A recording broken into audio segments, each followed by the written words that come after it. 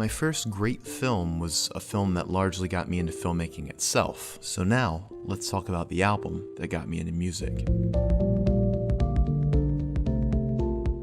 Now it's 2014. I'm a teenager who's into alternative rock. I'm enticed by the mysterious cover of Kid A. I put in my earbuds and I pressed play.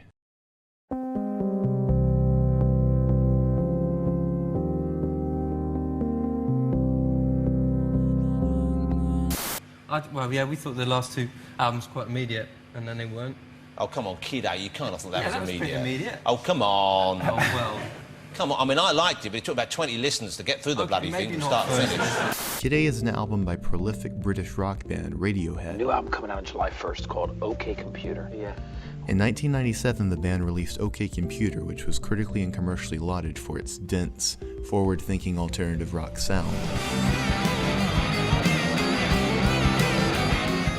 For 3 years, the music world waited with bated breath to see what Radiohead would do next. And in 2000, the band answered with Kid A, an oblique, experimental, borderline electronic album.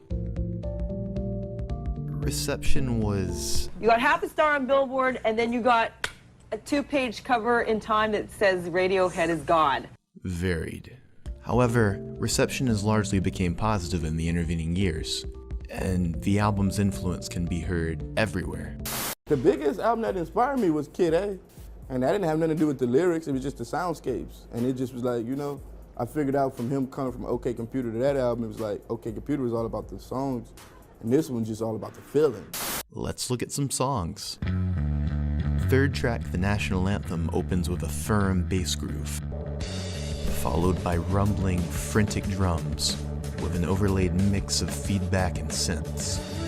And then York's nervous, frantic voice, which kinda sounds like it's been filtered through a megaphone. The brass section slowly makes its way in, and then the song gradually devolves into absolute chaos.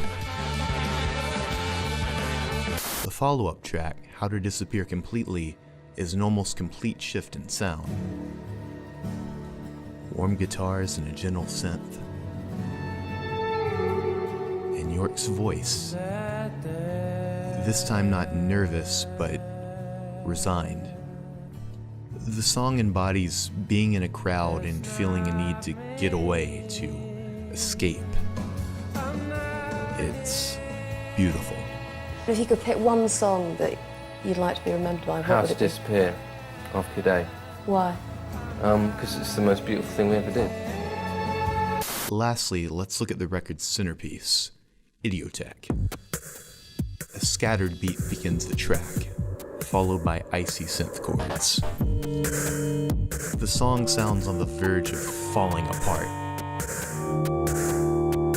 as York anxiously sings of danger in a safe place. And then it's like a dance tune for the apocalypse. A track that's simultaneously unnerving and cathartic. It's so out of left field for the guys who made Creep that it still gives me whiplash. We get very pissed off when people say, oh, Radiohead should make another guitar record. It's like, off, you know, we're doing what we feel is right. I bought a new notebook and put at the front, hoping for happy accidents. And that's basically what we were trying to do. Kid A is a varied, seemingly random, elegantly crafted vision. It opened the gate for a slew of albums that have defied expectation and boldly bucked genre, even within the mainstream. I think Kid A, perhaps more than any other record, set the tone for the confused, anxious, paranoid atmosphere of the 21st century. And it's one of my favorite records of all time. It's almost like an explosion of Tourette's you're having there. Yeah.